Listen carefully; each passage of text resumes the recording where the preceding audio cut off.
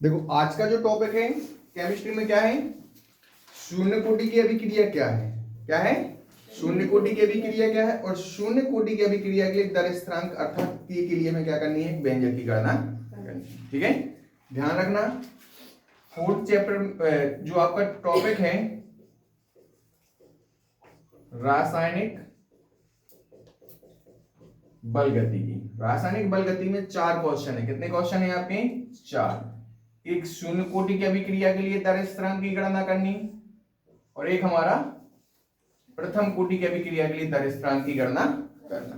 ठीक है, इसके बाद क्वेश्चन आता है रासायनिक बल गतिकी टॉपिक से, जो आपकी शून्य कोटि की अभिक्रिया है और प्रथम कोटि की अभिक्रिया के लिए जो आपने दर स्थिरांक की गणना की, इनके लिए साथ में हमें अर्ध आयु काल की गणना करनी। किसकी? अर्ध आयु काल की गणना करनी होती है। ओके, तो ये ध्यान रखना, ये 4 क्वेश्चन हो गए। कितने क्वेश्चन हो गए? शून्य कोटि की अभिक्रिया के लिए दर स्थिरांक, प्रथम कोटि की अभिक्रिया के लिए दर स्थिरांक, शून्य कोटि की अभिक्रिया के लिए अर्धायु काल की गणना, और प्रथम कोटि की अभिक्रिया के लिए अर्धायु काल की गणना। ये 4 क्वेश्चन है, और 12th क्लास के बोर्ड एग्जाम के हिसाब से सबसे आईएमपी है। ठीक है, इन चारों डेरिवेशनों में से एक ना एक डेरिवेशन आपका बोर्ड क्लास में 100% आएगा ही आएगा।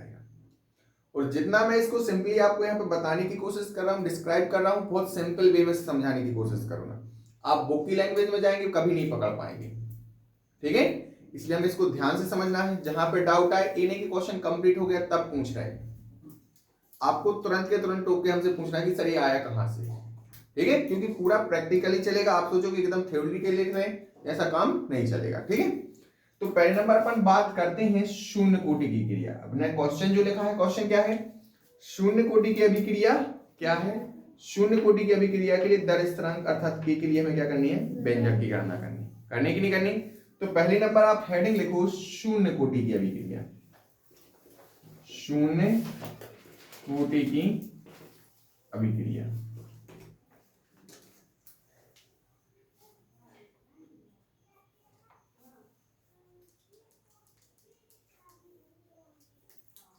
अब एक चीज समझने की कोशिश करो, अर्थात क्या हुआ, जो अभिकारक है ये किस में कन्वर्ट हो रहा है?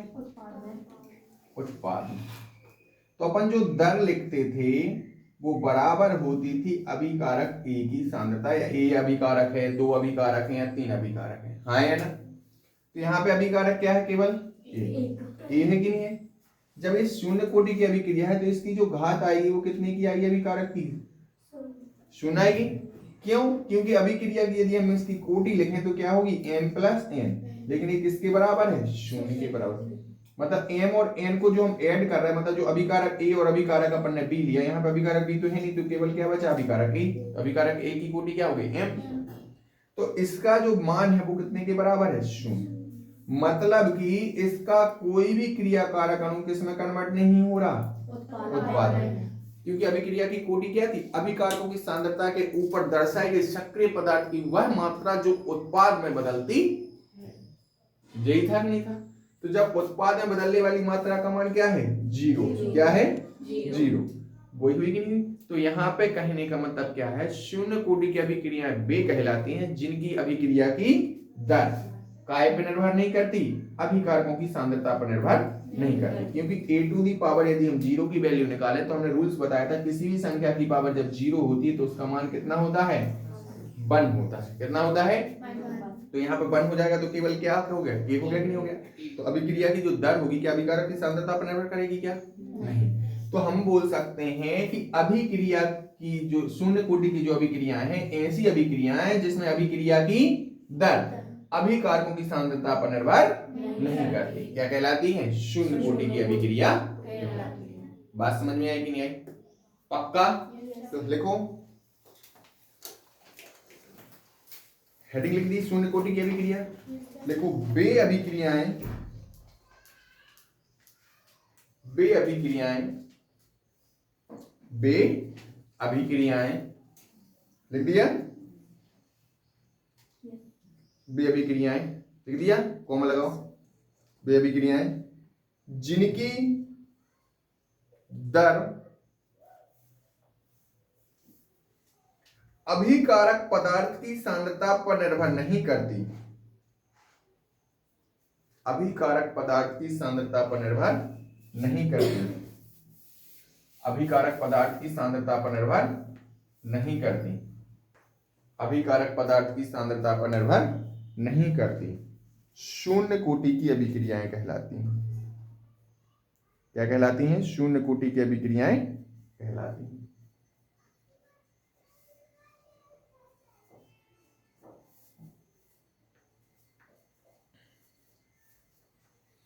अब लिखो नीचे दर स्थिरांक की गणना। अब अपन क्या कर रहे हैं? शून्य कोटि की अभिक्रिया क्या ये बता दिए। अब अपन दर स्थिरांक की गणना कर रहे हैं। किसकी?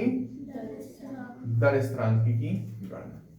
आंख और नाक और कान और सब खोल के यहाँ पे बैठो। देखो जैसे अपन ने सॉल्व करें गणना के लिए, तो अपन ने यहाँ पे ली सामान्य अभिक्रिया। क्या ली? सामान्य अभिक्रिया। बेटा ध्यान से समझना जो समझ में आए। क्या लिया अपन ने? सामान्य अभिक्रिया। सामान्य अभिक्रिया ले ली, एकाणुक अभिक्रिया ले ली। ए है किसमें कन्वर्ट हो रहा है? उत्पाद में कन्वर्ट हो रहा है। हाँ है ना? अरे हाँ है ना? Yes sir. तो क्या हम इसको क्या लिख सकते हैं? अभिक्रिया की दर। क्या लिख सकते हैं? दर। दर बराबर हमारा क्या हो जाएगा? के। और यहाँ पे क्या हो जाएगा? अभिकारक ए की सांद्रता, वो भी किसके बराबर? 0। और ये भी किससे लिखा? दर नियम समीकरण से। किससे लिखा? दर नियम समीकरण। दर नियम समीकरण से। इतने में कोई कष्ट नहीं, कोई दिक्कत नहीं। जो रेगुलर क्लास ले रहा है उसको डायरेक्ट समझ में आ गया कि अभिक्रिया सामान्य अभिक्रिया क्या ली? ए किसमें कन्वर्ट हो रही है? उत्पाद। और दर नियम समीकरण से दर बराबर क्या लिखी जाती है? के ए की पावर 0।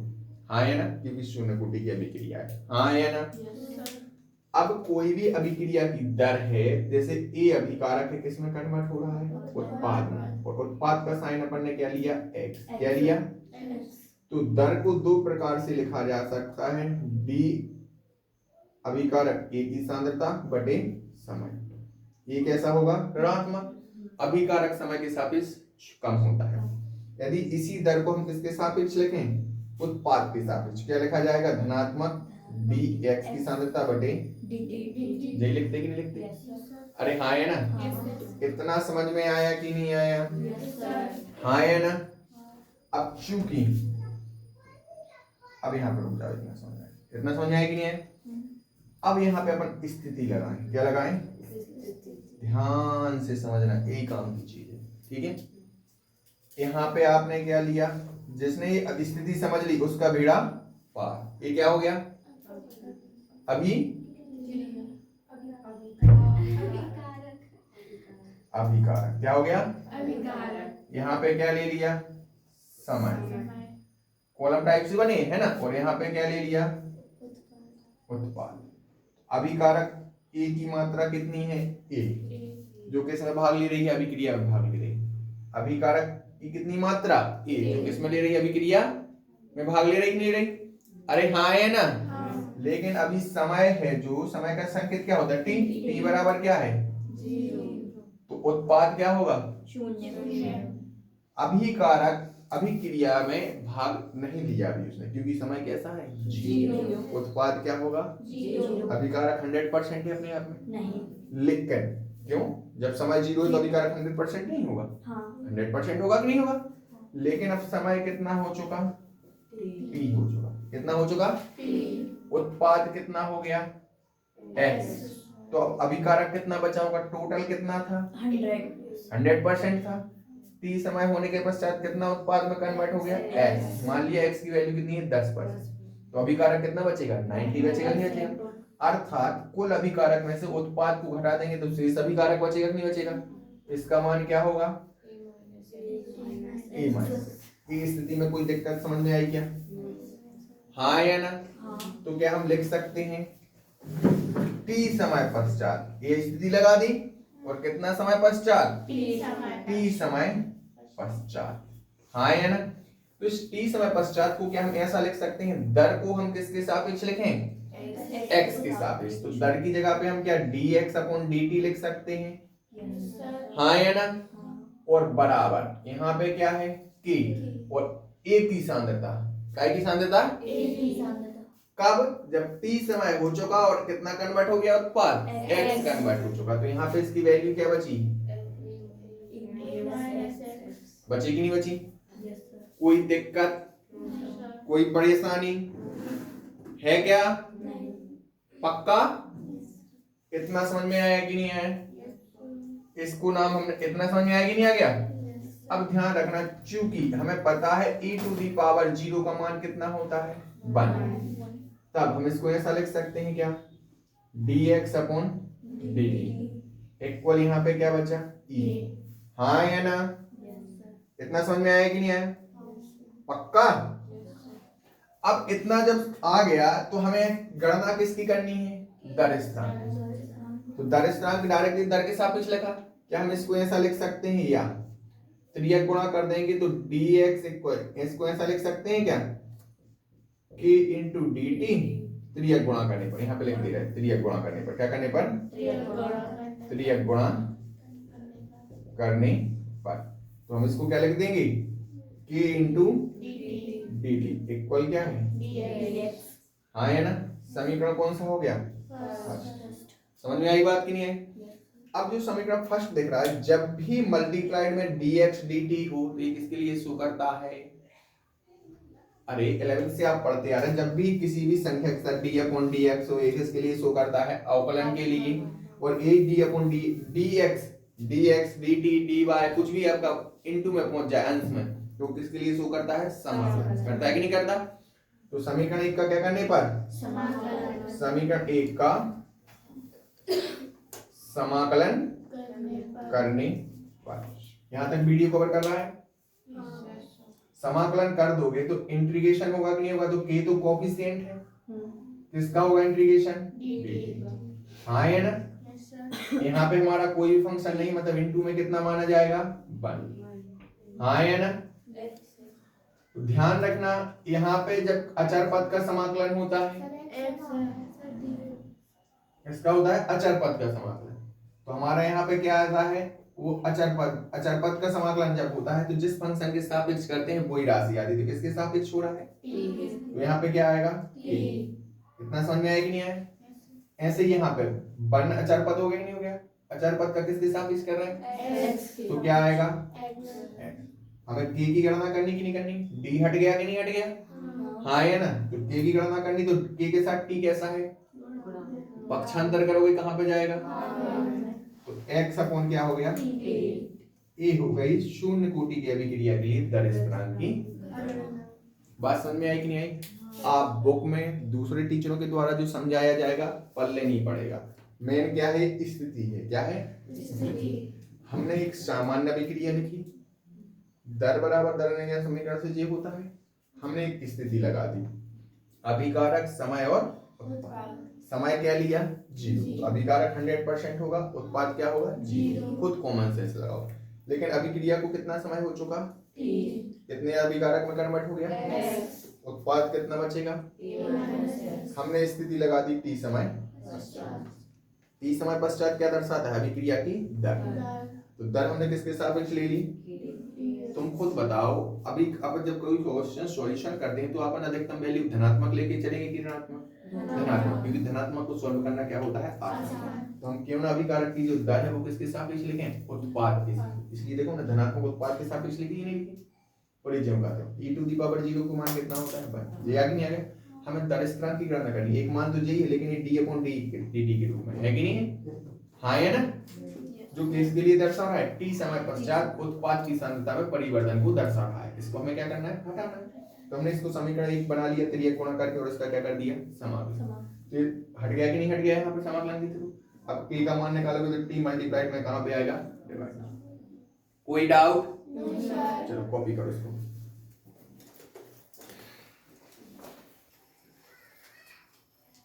चलो इतना हो गया आपका। अब एक चीज ध्यान रखना, ए अपन ने कौन सा किया, शून्य कोटि वाला किया, कौन सा किया, शून्य कोटि वाला जनरली समझ में आ गया कि नहीं आ गया आपको, सेम ऐसे ही आपका कौन सा है, प्रथम कोटि की अभिक्रिया के लिए, कौन सा है, प्रथम कोटि की अभिक्रिया के लिए दर स्थिरांक की गणना करनी, हाँ है ना। तो पहले नंबर अपन को समझना पड़ेगा कि प्रथम कोटि की अभिक्रियाएं क्या है। जैसे अपन ने शून्य कोटि की अभिक्रिया देखी वैसे अपन को क्या देखनी है, प्रथम कोटि की अभिक्रिया क्या है। और प्रथम कोटि की अभिक्रिया के लिए दर स्थिरांक अर्थात वो क्या है के की क्या करनी है हमें गणना करनी है। हाँ है ना, वीडियो यहाँ पे कवर कर रहा है। चलो देखो ध्यान से, यदि हम एक सामान्य अभिक्रिया लें, क्या लें, सामान्य अभिक्रिया ली और ये किस में कन्वर्ट हो रहा है, उत्पाद में कन्वर्ट हो रहा है। किस में कन्वर्ट हो रहा है, उत्पाद। हाँ है ना, तो यहाँ पे यदि हम दर देखें तो क्या आएगी के, और यहाँ पे अभिकारक की सांद्रता आएगी कि नहीं आएगी, या फिर दर को ही हम क्या लिख सकते हैं, यहाँ पे क्या आएगा के और यहाँ पे किसकी सांद्रता आएगी, उत्पाद। हाँ है ना, अरे हाँ है ना, तो यहाँ पे सांद्रता की जब कौन सी कोटि की है, प्रथम कोटि की। किसकी है, तो जो m प्लस n जो कोटि, इसका मान कितना आएगा 1। लेकिन अभिकारक क्या लिया, एकाणु अभिक्रिया ली कि नहीं ली, तो जो अभिकारकों की सांद्रता आएगी उनकी घात क्या आएगी 1 आएगी कि नहीं आएगी। तो कहने का मतलब ये क्या है, उसका मान कुछ ना कुछ होगा, क्योंकि क्या है 1 की पावर है, 1 की पावर का कुछ ना कुछ मान होगा।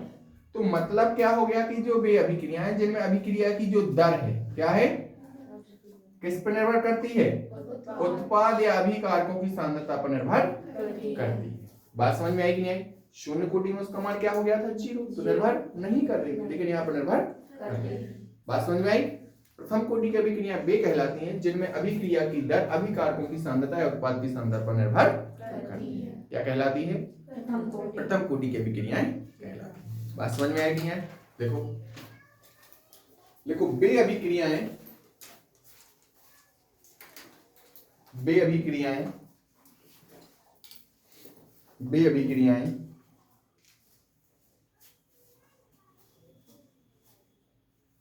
बे अभिक्रियाएं बे अभिक्रियाएं कोमा लगाओ, जिनमें अभिक्रिया की दर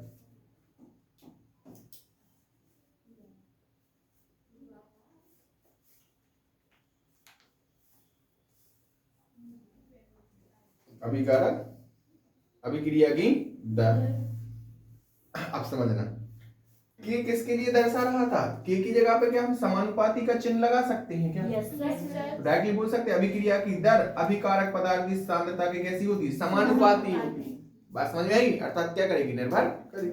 देखो अभिकारक पदार्थ की क्या लिख दिया, वे अभिक्रियाएं जिनमें अभिक्रिया की दर अभिकारक पदार्थ के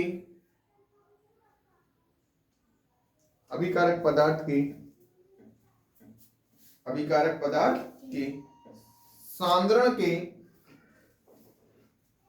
सांद्रण मतलब सांद्रता के, है ना, के सीधे समानुपाती होती है, अर्थात के सीधे समानुपाती होती है अर्थात अभिकारक पदार्थ की सांद्रता पर निर्भर करती है,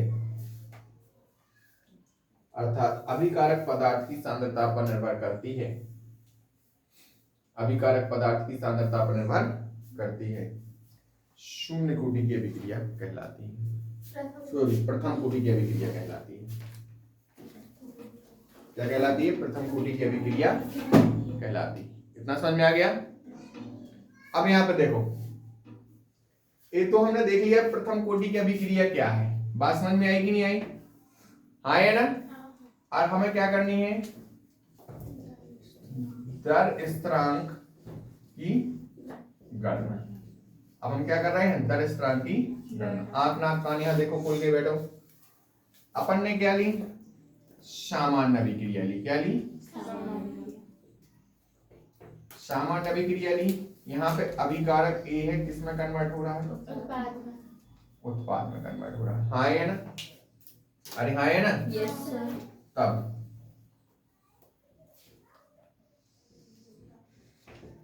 दर नियम समीकरण से, तो यहाँ पे दर अपन ने समानुपाती का जिक्र किया इसलिए समानुपाती का साइन ले लिया, ठीक है। समानुपाती है किसके, अभिकारक ए की सांद्रता के ऊपर दर्शाई गई घात। और वो भी कितनी की है, प्रथम कोटि की, इसलिए इसकी मान कितना आएगा 1। कोई कष्ट? क्या इसको हम ऐसा लिख सकते हैं, या दर यहाँ पे क्या आ जाएगा k, और यहाँ पे e की पावर क्या आ जाएगी 1। हम चाहते तो dx अपॉन dt यहीं लिख सकते थे, लेकिन नहीं, हम स्थिति लगाएंगे t के हिसाब से, यहाँ पे भी परिवर्तन करेंगे और यहाँ पे भी परिवर्तन करेंगे। जिस वे में सिंपल होगा हम उसको सॉल्व करने की कोशिश करेंगे। बात समझ में आई कि नहीं आई? तो कुछ बुकों में यहाँ पे डायरेक्टली dx अपॉन dt लिख देता है, फिर बाद में स्थिति लगाने की कोशिश करता है थ्योरी के माध्यम से, लेकिन नहीं, हमने जब अभी t के सापेक्ष बोला ही नहीं तो हम अभी क्रिया की दर को भी डिनोट नहीं करेंगे। इतना समझ में आया कि नहीं आया? आया कि नहीं? नहीं आया? तो यहाँ पे अब क्या लगा दें? तो पहले नंबर अपन क्या लेते हैं? पक्का। फिर क्या लेते हैं? अब क्या लेंगे? जब अभिकारक क्या है?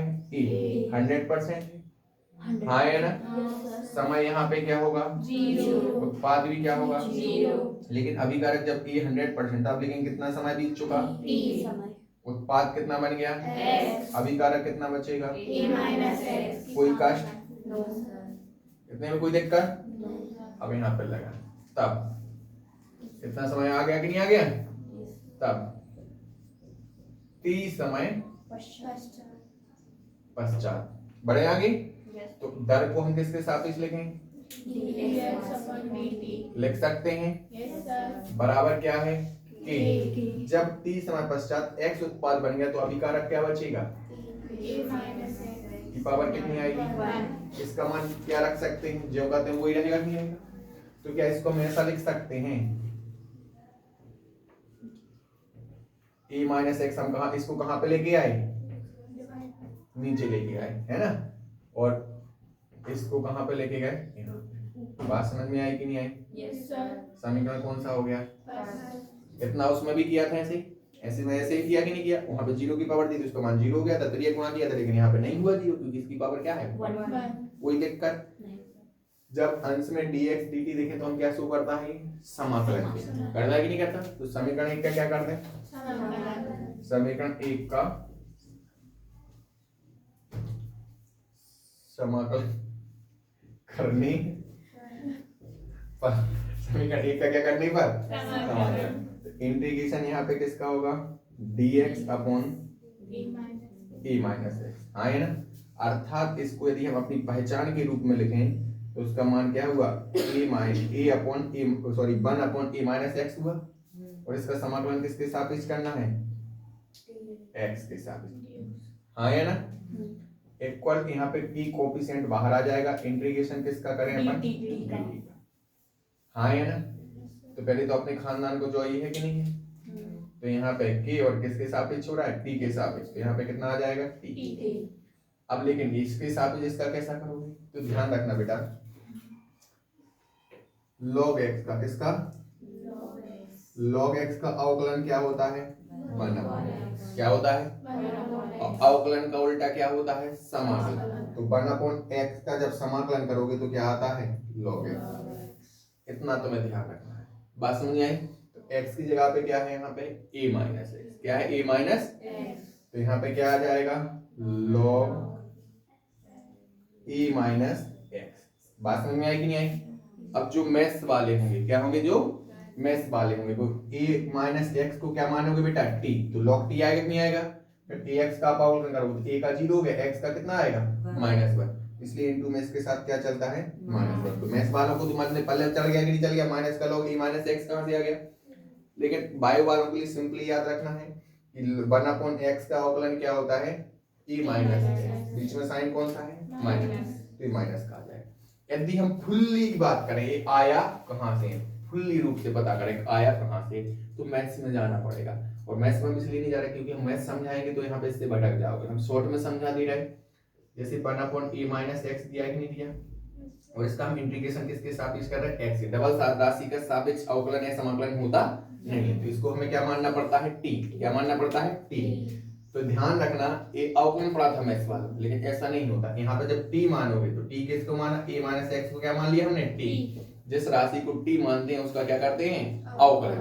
तो x का कितना? 1 का a का कितना हो जाएगा? 0। x का कितना होगा? -1। और और dx इक्वल क्या लिखा जाएगा dt, मतलब dx को किसमें कन्वर्ट कर चुके, तो यहाँ पे माइनस का dx इक्वल क्या आ जाएगा dt, मतलब dx की जगह पे क्या लिखोगे माइनस का dt, इंटीग्रेशन 1/t और dx की जगह पे क्या लिखा जाएगा dt, वो भी किसमें माइनस में, तो माइनस जे आ गया 1/t का क्या हो जाएगा log t, क्या आएगा log t, माइनस का log और t की वैल्यू क्या थी a माइनस एक्स, देखो आगे नहीं आ गया माइनस का log a माइनस एक्स, आगे नहीं आ गया, तो तुम्हें सीधी राम कहानी एक ही चीज ध्यान रखनी है कि 1/a माइनस एक्स का इंटीग्रेशन क्या होता है माइनस का log a माइनस एक्स, तुम्हें इससे मतलब है, बात समझ में आई कि नहीं आई, और यहाँ पे हमारा जी आ गया, क्या आ गया माइनस का log a minus x equal क्या आ गया a, इतना समझ में आया कि नहीं आया, पक्का।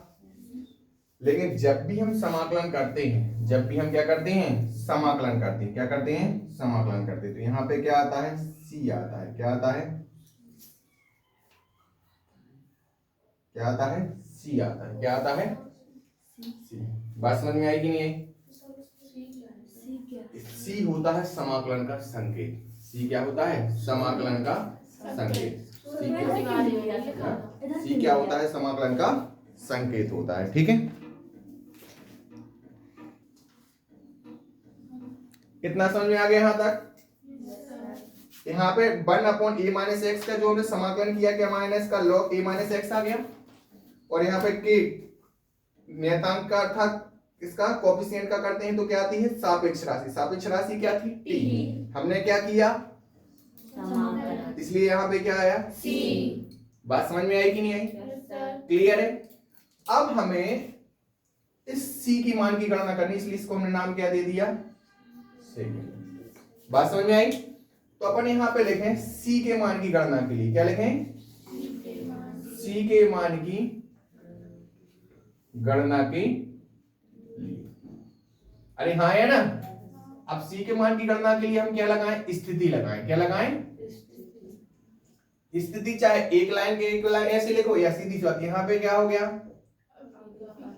यहाँ पे क्या हो गया, यहाँ पे क्या हो गया, तो समय बराबर t बराबर क्या लिया, तो उत्पाद x बराबर भी क्या होगा, अभिकारक a का क्या रहेगा a, बात समझ में आई कि नहीं आई, जब समय 0 तो अभिकारक ज्यों का त्यों रहेगा 100% का 100%, अरे हाँ है ना, कोई दिक्कत, तब कहां से समीकरण 2 उठा के पटक दें, तो माइनस का log a क्या था अभिकारक था, कोई दिक्कत, x क्या था उत्पाद, तो इसका मान क्या हो गया 0, इक्वल k कोफिशिएंट है, t का मान कैसा है 0, प्लस ये क्या है c फॉर बिल्ली, तो यहाँ पे क्या आ गया माइनस का log a इक्वल क्या आ गया c, समीकरण 2 से 0 हो गया, ठीक है, तो c समीकरण 2 में रख दें, तो माइनस का log a minus x equal क्या आ गया kt आ गया, और प्लस c का मान क्या आ गया माइनस का log a, अरे हाँ है ना, हमारा टारगेट क्या था दर स्थिरांक की गणना करनी, दर स्थिरांक बोले तो k, तो k भाई साहब यहाँ पे हैं, तो जो के भाई साहब बोले भैया हमारे साइड कोई नहीं रहेगा, तुम लोग तो अपना डेरा उठाओ और निकलो, तो इन्हें लॉग ने बोला ठीक है भैया हम चलते हैं, तो जो इस साइड आएंगे तो माइनस के हैं तो किसके हो जाएंगे जी माइनस के थे, तो जो कहते हैं लॉग a माइनस एक्स आएगा कि नहीं आएगा, और यहाँ पे क्या बचा k, बचा कि नहीं बचा। अब ये बोलते भैया देखो तुम्हें भगा तो दो, एक काम करो अपन अपने संबंध सही कर लो, इन्हें कहा कैसे भैया, बोले एक फॉर्मूला होता है, क्या बोले log m minus log m, बोले क्या होता है इसका फॉर्मूला, मैंने बोला log m इंटू नहीं m अपॉन, हाउ जी यार लड़ो, कितना समझ में आया कि नहीं आया, अरे हाँ है ना, तो क्या आ गया log m minus log n का फॉर्मूला लगा तो log m बटे m, अपना वीडियो यहाँ तक कवर कर रहा है, तो यहाँ पे क्या बन जाएगा log a upon a minus x, और यहाँ पे क्या आ गया kt, इतने में कोई कष्ट, अबे हो जाए कष्ट, टेंशन नहीं, यहाँ से राम यहाँ पे हो रहा है कवर, थोड़ा सा हो रहा है,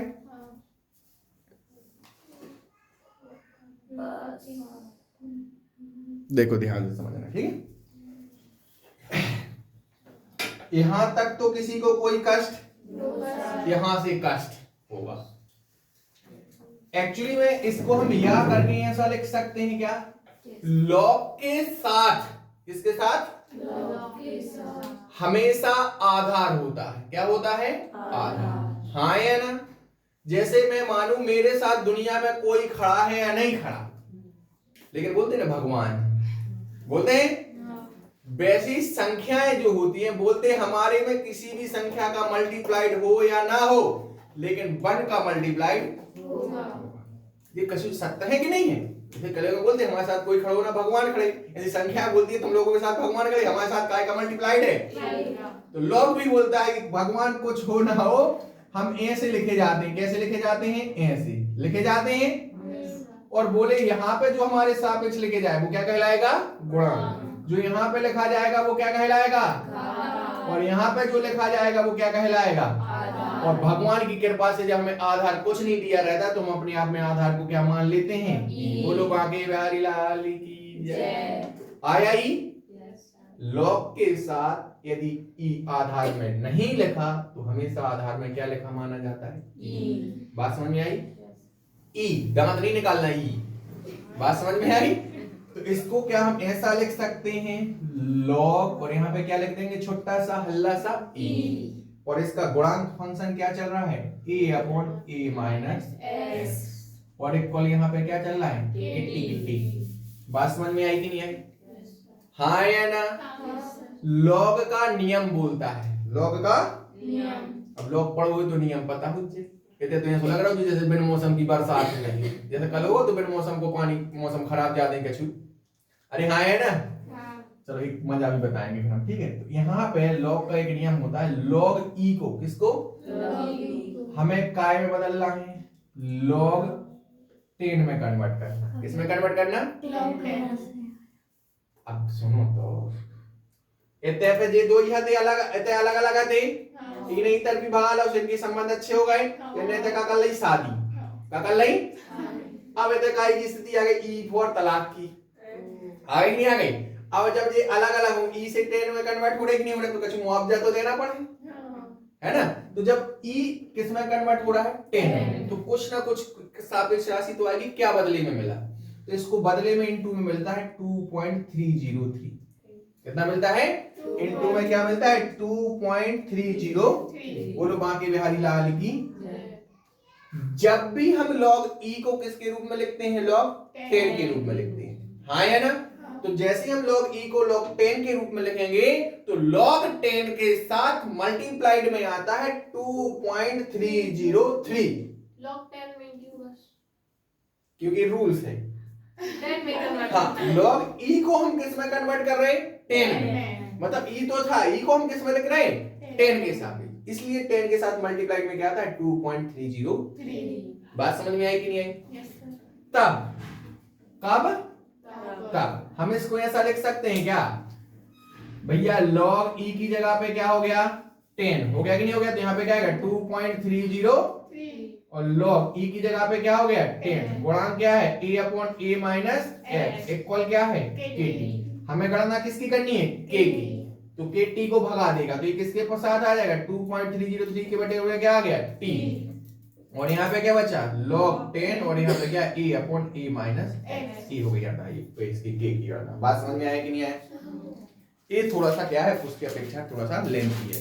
शून्य कोटि की अभिक्रिया आपने बताया था बेज अभिकारक की सांद्रता अपने भर नहीं करती, प्रथम कोटि की अभिक्रिया बेज और शून्य कोटि के अभिकारक की सांद्रता अपने भर करती है। हमने कुछ नहीं किया, सामान्य अभिक्रिया ली, दर नियम की समीकरण की सहायता से हमने क्या लिख दिया, दर बराबर जे लिख दिया, हाँ या ना। स्थिति लगा दी, अभिकारक उत्पाद समय, हाँ है ना, समय 0 है तो अभिकारक 100%, उत्पाद क्या होगा 0, लेकिन यहाँ पे हमें समय क्या ले लिया t, उत्पाद क्या हो गया x, तो अभिकारक क्या बचेगा a माइनस x। हमने यहाँ पे वैल्यू पुट कर दी, इसका मान होता है, हम इसको पक्षांतर कर दिया, डिवाइड में आ गया नहीं आ गया। जब मल्टीप्लाइड में dx या dt रहता है तो किसके लिए शो करता है, समाकलन के लिए। हमने इसका समाकलन कर दिया तो log a अपॉन x का क्या है, माइनस का 1 upon log a minus x आ गया, इक्वल t का किया तो हम t के साथ कुछ हुआ था, अचर पद का क्या आएगा t प्लस समाकलन का क्या आ गया c। अब c के मान की गणना करनी तो हमने स्थिति लगा दी, अभिकारक समय और उत्पाद के लिए समय क्या लिया 0, तो अभिकारक क्या रहेगा a, उत्पाद क्या रहेगा 0। हमने वैल्यू पुट कर दी तो c का मान क्या आ गया log a minus x, c का मान क्या आ गया a माइनस x नहीं log सी का मान आया और माइनस का log a आया कि नहीं आया?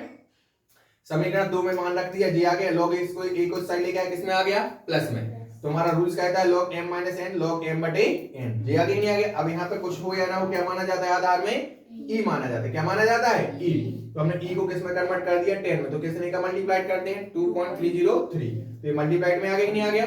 हमें गणना k इक्वल t आ गया नहीं? k into t आ गया। तो हमें t की गणना नहीं करनी, k की गणना करनी। तो t का पक्षांतर करेंगे तो इसके साथ अचर पद के साथ मल्टीप्लाई डिवाइड में आ गया नहीं आ गया? और log 10 और a अपॉन a माइनस ये दोनों क्वेश्चन हुए क्या? प्रथम कोटि और शून्य कोटि के अभिक्रिया के लिए क्या की गणना की अपन ने? दर स्थिरांक की गणना। ध्यान से समझना, कोई डाउट हो आप वीडियो को बार बार देख सकते हो, उसके बाद भी यदि कोई डाउट होता है तो आप क्लास में पूछ सकते हो। बात समझ में आई कि नहीं आई? ठीक है, इसका जो आपके लिए नेक्स्ट वीडियो अपलोड होगा वो क्या होगा? प्रथम कोटि और शून्य कोटि की अभिक्रिया के लिए अर्धायु काल की गणना। तो अपन बात करेंगे अर्धायु काल क्या है, अर्धायु काल की गणना किस तरीके से करते हैं उसको बात करेंगे। ठीक है, धन्यवाद।